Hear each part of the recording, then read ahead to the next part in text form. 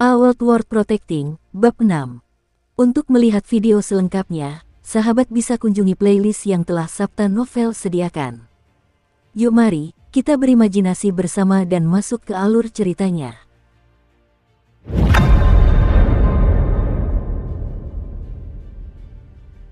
Setelah menyelesaikan pendaftaran dan mendapatkan teknik kultivasi, jubah Taois, dan berbagai barang lainnya, Wang Baole mengenakan jubah Taois merah yang diperuntukkan bagi siswa yang direkrut secara khusus.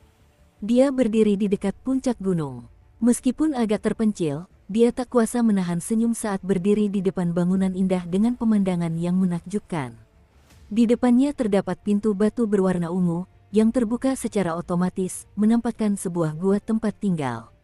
Inilah tempat tinggal gua legendaris. Wang Baole tak kuasa menahan kegembiraannya. Bagi banyak siswa, mereka hanya bisa tinggal di bangunan yang menyerupai asrama. Hanya segelintir orang yang berhak tinggal di dalam tempat tinggal gua di puncak gunung. Lagi pula, sesuatu yang langka itu mahal. Sebuah gunung bisa memiliki banyak bangunan, tetapi jumlah tempat tinggal gua sudah tetap. Sulit untuk menambah jumlahnya. Selain itu, tempat tinggal gua memiliki formasi susunan yang mengumpulkan energi roh, sehingga memiliki energi roh yang jauh lebih padat daripada bangunan.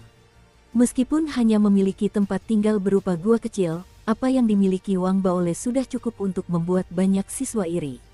Ia sangat merasakan betapa berbedanya jubahnya dari jubah siswa lain. Ia memandang ke arah gua tempat tinggalnya, dan menyadari bahwa tidak ada seorang pun di sekitar. Wang Baole akhirnya tak kuasa menahan tawa terbahak-bahak. Ia merasa sangat bersemangat. Setelah memasuki gua tempat tinggalnya, ia menyadari bahwa gua itu memiliki beranda meskipun tidak terlalu besar. Beranda itu membentang sejauh 6 meter melewati tepi puncak gunung. Berdiri di sana terasa seperti berada di langit.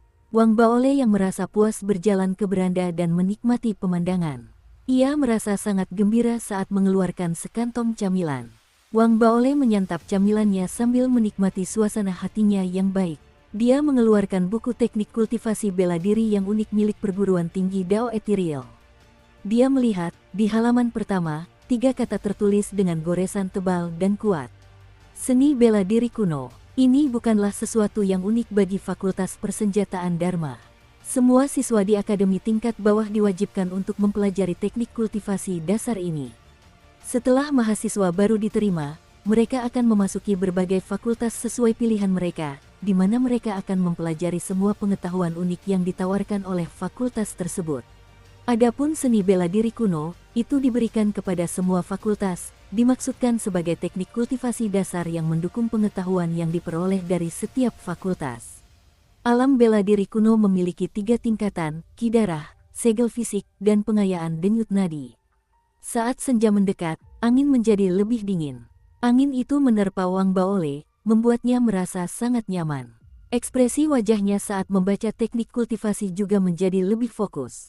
Barulah ketika cahaya senja di cakrawala sepenuhnya digantikan oleh kegelapan, Wang Baole mendongak. Dia telah selesai membaca buku panduan seni bela diri kuno. Dia akhirnya memiliki pemahaman penuh tentang alam seni bela diri kuno. Mereka yang berada di tahap ki darah memiliki kekuatan yang luar biasa. Mereka yang berada di tahap segel fisik sangat tepat dan akurat. Begitu pengayaan denyut nadi tercapai, seseorang akan didorong ke puncak kondisi fisik manusia. Wang Baole menarik napas dalam-dalam. Dia teringat adegan pemuda berpakaian merah, Chen Ziheng, yang menyerang gunung. Matanya perlahan mulai berkobar karena kegembiraan. Untuk menjadi presiden federasi, seni bela diri kuno sangat diperlukan. Selain itu, aku bisa menurunkan berat badan sambil berlatih. Sekali dayung, banyak pulau terlampaui. Dengan penuh semangat, Wang Baole mulai berlatih. Namun, tiba-tiba ekspresinya berubah. Dia mengangkat tangan kanannya dan mengeluarkan topeng setengah wajah berwarna hitam. Wang Baole menatap topeng itu sambil merenung. Dia tidak bisa melupakan bagaimana topeng itu menjadi tak berwujud selama ujian. Ada juga teks buram yang muncul. Ini pasti harta karun. Jantung Wang Baole berdebar kencang. Orang tuanya terlibat dalam arkeologi, dan karena alasan itulah rumahnya tampak dipenuhi dengan benda-benda yang terlihat seperti barang rongsokan. Wang Baole pernah berfantasi bahwa salah satu barang antik menyembunyikan harta karun, tetapi dia telah bermain dengan hampir semua barang antik itu sejak kecil.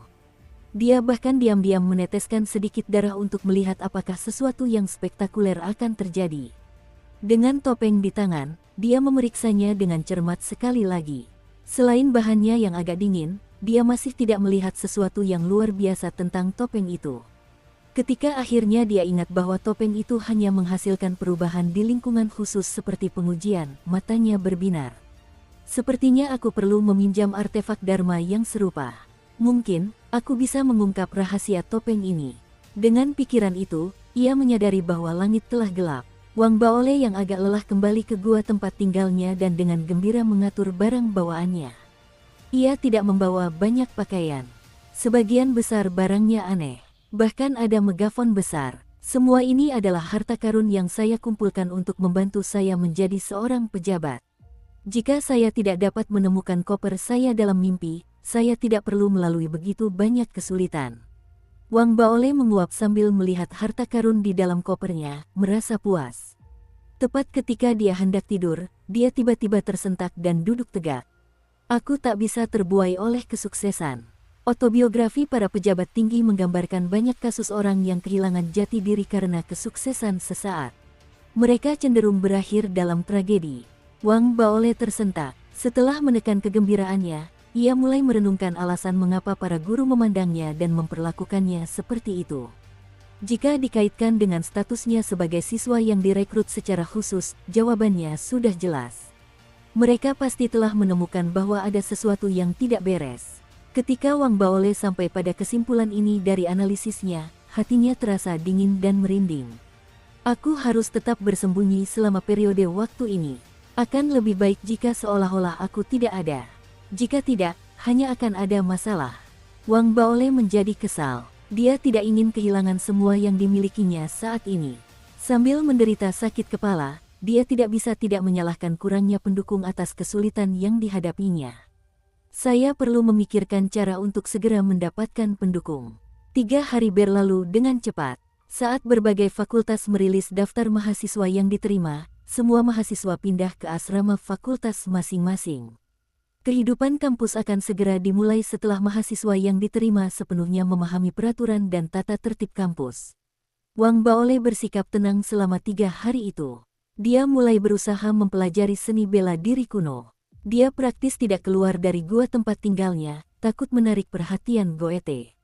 Dia percaya bahwa dia akan jauh lebih aman jika berhasil melewati masa-masa sensitif tersebut. Meskipun ia memiliki keinginan yang baik, berita mengenai ujian di berbagai distrik mulai menyebar di intranet Rohan Perguruan Tinggi Dao saat para siswa mulai beradaptasi. Hal itu dengan cepat menjadi topik hangat. Lagi pula, hampir 100 penerbang balon udara dengan hampir 100 lokasi telah menjalani ujian distrik mereka secara bersamaan. Banyak siswa berprestasi yang menarik perhatian orang. Kau dengar, di antara mahasiswa baru dari kota Skycloud ada seseorang bernama Lu Jingnan. Dia bahkan memasang jebakan untuk membunuh iguana tulang berduri. Dia sangat hebat. Dukung terus channel YouTube Sabta Novel. Itu bukan apa-apa. Kudengar ada seorang ahli bernama Chen Ziheng muncul di ujian kota Phoenix. Dia hampir mencapai tahap segel fisik di alam bela diri kuno. Dia menerima undangan dari 8 fakultas berbeda sekaligus. Dia terkenal saat berbagai fakultas di Pulau Akademi Bawah mulai membahas para mahasiswa baru di intranet roh, semakin banyak orang yang disebutkan. Orang yang paling mencuri perhatian pastilah Chen Yameng. Rumornya, dia terlahir dengan tubuh roh. Dia bisa memurnikan batu roh yang 80% murni. Dia bisa saja masuk ke perguruan tinggi terbaik di federasi, perguruan tinggi Dao Rusa Putih, tetapi perguruan tinggi Dao Etiril kita tidak ragu-ragu dan memberinya tawaran yang tak bisa ditolak. Chen Yameng benar-benar luar biasa. Ada orang lain yang setara dengannya. Dia bahkan mungkin melampauinya. Dia adalah Zuo Yifan. Rumor mengatakan bahwa dia terlahir dengan mata bintang tinta. Setiap kali dia mengaktifkannya, segala sesuatu di sekitarnya tampak melambat. Lebih jauh lagi, dia sudah berada di tahap segel fisik yang sempurna. Identitasnya adalah misteri yang lebih besar, dan dia dikabarkan sebagai anggota klan langit generasi 5. Dia telah direkrut secara khusus oleh Fakultas Tempur. Di tengah diskusi, semua mahasiswa baru yang menonjol menjadi sorotan. Bahkan mahasiswa senior pun merasakan tekanan ketika mendengar berita itu. Dan bagi Wang Baole, yang mati-matian berusaha untuk tidak menonjol, ia justru menjadi terkenal seperti bintang terang. Lagi pula, ia telah direkrut secara khusus, dan prestasinya dalam ujian telah tersebar di kalangan ratusan mahasiswa dari kota Phoenix. Ada 2 siswa yang direkrut secara khusus di angkatan ini. Salah satunya adalah Zhou Yifan, dan yang lainnya adalah Wang Baole. Berbicara tentang Wang Baole, dia memiliki moral yang sangat tinggi. Dia dipenuhi dengan kebenaran dan rela mengorbankan dirinya untuk orang lain. Demi menyelamatkan teman-teman sekolahnya, dia menerobos lautan ular meskipun penampilannya seperti ular neonatus tulang merah putih. Demi memberi teman-teman sekolahnya kesempatan untuk bertahan hidup, dia mengorbankan dirinya untuk serigala. Dia pernah mengucapkan pernyataan yang menggugah hati bahwa dia akan hidup dan mati sebagai salah satu dari sekolah Dao Ethereal. Selain itu, bahkan setelah melihat beruang hantu kuno yang kasar, Wang Baole masih berjuang untuk merangkak meskipun mengalami luka parah. Dia mencoba menggunakan tubuhnya untuk memancing beruang hantu itu pergi agar bisa menyelamatkan teman-teman sekolahnya. Kabar ini menyebar dengan cepat, menyebabkan Wang Baole menjadi terkenal. Namanya segera dikenal oleh semua orang di Pulau Akademi Bawah. Wang Baole, melalui dering transmisi suaranya, tak kuasa menahan rasa takut saat melihat percakapan di intranet roh setelah masuk. Dia merasa ada masalah yang akan terjadi, dan dia segera membuat postingan. Halo semuanya, saya Wang Baole. Kalian semua salah paham. Sebenarnya saya sangat takut saat itu. Alasan saya menerobos kawanan ular bukanlah karena saya tidak egois, tetapi karena saya menganggap teman sekolah saya, Zhou Xiaoya, sangat cantik. Saya ingin mendekatinya. Sungguh, Wang Baole mengirimkan pesannya dengan gigi terkatup. Ia berharap dapat mengurangi perhatian yang diterimanya dengan mencemarkan nama baiknya. Ia tidak berani terus-menerus menjadi pusat perhatian. Namun, ia tidak menyangka bahwa saat ia mengunggah pesan tersebut, pesan itu dengan cepat mendapatkan dukungan dan balasan dari banyak sekali siswa. Sebagian besar dari mereka adalah siswi. Mereka membalas, menyebutnya sebagai laki-laki sejati. Wang Baole hampir pingsan karena tak kuasa menahan air mata.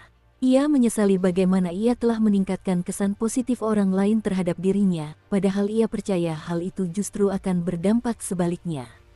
Karena itu, ia memposting pesan lain. Sebenarnya, aku hanya menghalangi kawanan serigala karena aku diracuni. Aku tahu aku akan segera mati, jadi aku lebih memilih menikmati kematian yang cepat. Orang yang menyelamatkan semua orang bukanlah aku. Semua pujian seharusnya diberikan kepada Chen Ziheng. Wang Baole hampir saja menghela napas lega setelah menulis itu. Dia merasa bahwa dengan memberikan semua pujian kepada Chen Ziheng, perhatian akan tertuju pada Chen Ziheng dan bukan padanya. Namun, rasa lega Wang Baole hanya berlangsung singkat. Chen Ziheng tiba-tiba membalas, mengklaim bahwa Wang Baole lebih rendah darinya dalam hal seni bela diri, tetapi dalam hal semangat kepahlawanan, kegigihan, dan tanpa pamrih, dialah yang lebih rendah dari Wang Baole. Begitu pesan itu diunggah, intranet roh langsung heboh. Bagaimanapun, Chen Ziheng terkenal. Apa yang dia katakan memiliki pengaruh. Seketika, banyak orang mulai membicarakan masalah itu. Hal itu membuat rencana Wang Baole untuk mengalihkan perhatian gagal sekali lagi. Lebih banyak perhatian tertuju padanya, bahkan lebih dari Chen Yameng. Semua ini membuat Wang Baole merasa ingin membenturkan kepalanya ke tembok. Ia terhuyung-huyung dalam keputusasaan saat air mata mengalir di pipinya. Bahkan organ-organnya pun gemetar. Astaga, apakah kalian mencoba membunuhku? Ampuni aku mengakui kesalahanku, oke. Sambil air mata mengalir di pipinya, dia mengertakkan giginya dan mengunggah postingan lagi. Semuanya, tolong jangan hiraukan aku lagi. Aku hanyalah orang gemuk biasa. Tidak ada yang baik tentangku. Aku rakus, penuh nafsu, dan tamak. Aku hanya lulus ujian penempatan dengan nilai pas-pasan, dan batu roh yang bisa kumurnikan hanya sedikit lebih baik dari 50%. Aku benar-benar hanya orang biasa. Wang Baole merasa bahwa tindakan mencemarkan namanya sendiri ini sudah sempurna. Segala hal buruk yang bisa ia pikirkan telah ditambahkan. Namun, perkembangan situasi ini hampir membuatnya terkejut. Kali ini, Liu Daobin yang tampil ke depan. Ia meninggalkan pesan yang menggema dengan cara yang belum pernah terjadi sebelumnya di kalangan banyak siswa. Chen Yameng memang mengesankan. Zhuo Yifan bahkan lebih luar biasa. Namun, mereka sudah yang terbaik di antara kami para mahasiswa baru. Mereka memiliki lebih dari cukup kemampuan untuk menyelamatkan orang atau menyelesaikan ujian, tetapi Wang Baole berbeda. Dia menyelamatkan orang dengan nyawanya. Sama seperti orang kaya yang memberi Anda 100 batu roh, tetapi jika dibandingkan dengan orang miskin yang memberikan seluruh tabungannya yang berjumlah 100 batu roh, bagaimana tindakan itu bisa memiliki makna yang sama? Wang Baole sama seperti kita. Dia hanyalah seorang mahasiswa biasa, jadi bagaimana mungkin dia tanpa celah? Tetapi justru orang seperti dia, yang mengorbankan dirinya untuk menyelamatkan orang lain, yang membuatnya semakin mengejutkan. Adegan berdarah itu adalah sesuatu yang tidak akan pernah saya lupakan seumur hidup saya. Kata-katanya langsung membangkitkan antusiasme. Hal itu menyebabkan komentar di intranet Roh Pulau Akademi Bawah meningkat secara eksponensial.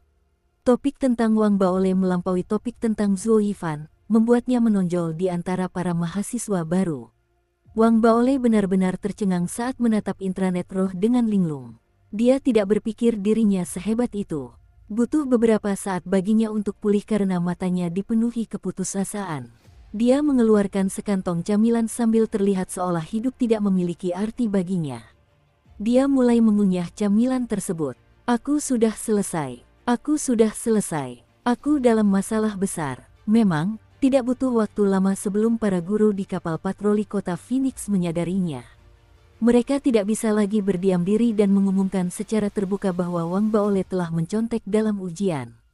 Seperti riak besar yang terbentuk dari jatuhnya batu, pengumuman itu langsung menyebabkan kegemparan besar di seluruh pulau Akademi Bawah.